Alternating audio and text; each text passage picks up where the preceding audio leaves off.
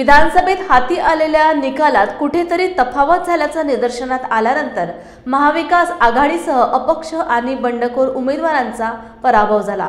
यामध्ये आपापल्या मतदारसंघात मिळालेली मतांची आकडेवारी ही मिळती जुळती नसल्याने ईव्हीएम संदर्भात राज्यात ठिकठिकाणी उठाव करण्यात आला आहे।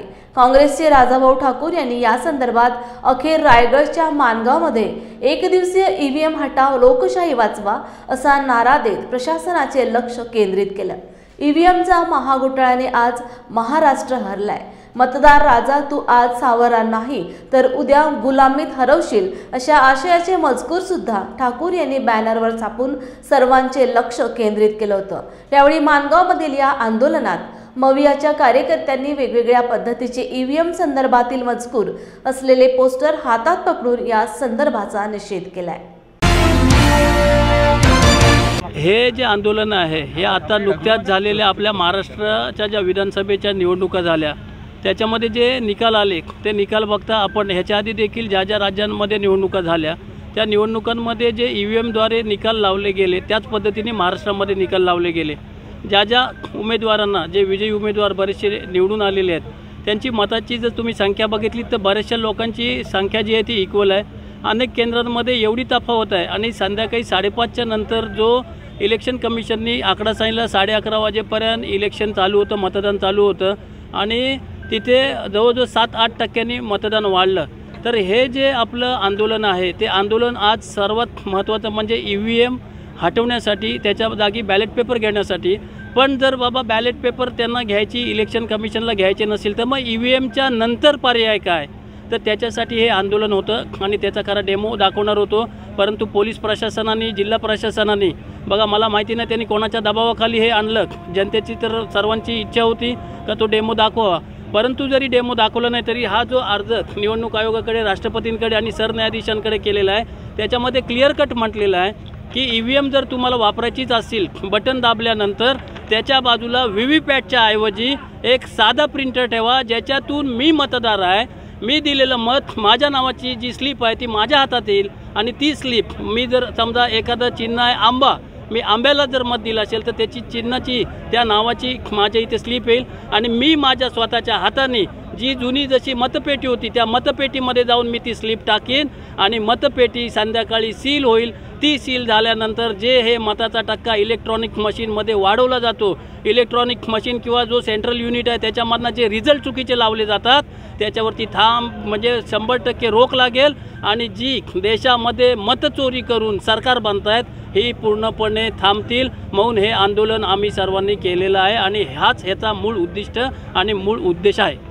त्यांनी रोख दिला, त्यांनी त्या नोटीसमध्ये म्हटले की हा जो तुम्ही डेमो इथे दाखवणार होतात बघा प्रशासनाचं काम कसं आहे। मी 26 तारखेला जिल्हाधिकाऱ्यांकडे हे आंदोलन करण्यासाठी परवानगी मागितली, पुन्हा मी त्यांना 4 तारखेला पत्र दिलं आणि 5 तारखेला प्रांताधिकारी माणगाव यांना अर्ज दिला। मी त्यांना सांगितलं मला प्रात्यक्षिक करण्यासाठी 30x30ची खोली द्या, मी त्याचं भाडं जे सरकारी भूभाडं होईल ते देण्यास तयार आहे। त्यांनी मला कोणतंही उत्तर दिलं नाही, जिल्हाधिकाऱ्यांकडनं कोणतंही उत्तर आलं नाही आणि आम्ही ह्या इथे आपल्या स्टेजच्या बाजूला एक पडदा करून एक रूम बनवलेली ज्याच्यामध्ये डेमो दाखवला जाणार होता। डेमो दुसरा तिसरा काहीच नव्हता।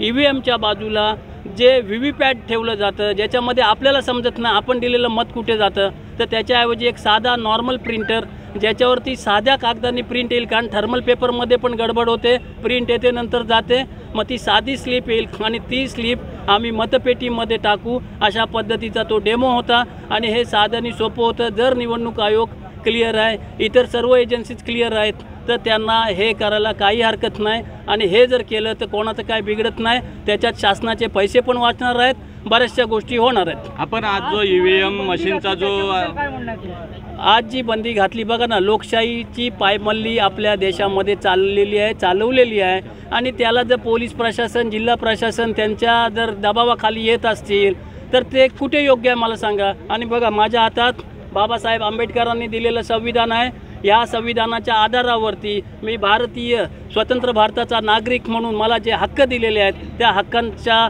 माझ्या मागण्यांसाठी, जनतेच्या मागण्यासाठी मी रस्त्यावरती उतरलेलो आहे। आपण आज जो ईव्हीएम मशीनचा डेमो दाखवणार होतात मात्र हा डेमो दाखवता आला नाही, तर पुढची भूमिका आपली काय आहे?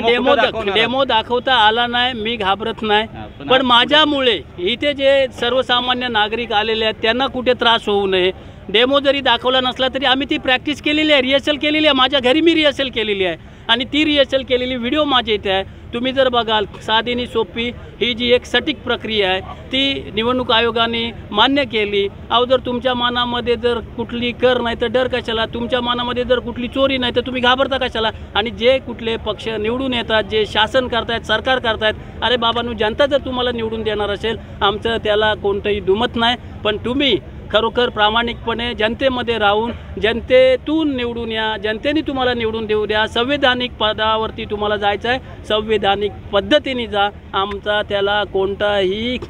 त्याला विरोध नाही। परंतु आमच्या म्हणणं एकच आहे, आता पंचायत समिती येतील, ग्रामपंचायतींच्या निवडणुका येतील, जिल्हा परिषदांच्या निवडणुका येतील, नगरपालिका येतील, महानगरपालिका येतील, त्यामध्ये जी आम्ही पद्धत सांगितली, जी आम्ही पद्धत सुचवली, मी इतर सर्व पक्षाचे जे प्रमुख आहेत त्यात आमचे काँग्रेस पक्षाचे राहुलजी गांधी असतील, शरद पवार साहेब असतील, आमचे नाना पटोले असतील, उद्धवसाहेब ठाकरे असतील, राज ठाकरे असतील, किंवा जे जसे आपले आता बच्चूभाऊ कडू असतील ज्यांनी आम्हाला पाठिंबा दिलेला आहे, आपले ठाकूर आहेत हितेंद्र ठाकूर साहेब आहेत ते असतील, किंवा इतर सर्व प्रकाश आंबेडकर साहेब असतील, यांनी सर्वांनी ही पद्धत जी आहे हिची मागणी करून प्रिंटर म्हणजे EVM मशीनच्या नंतर प्रिंटरचीच मागणी करा।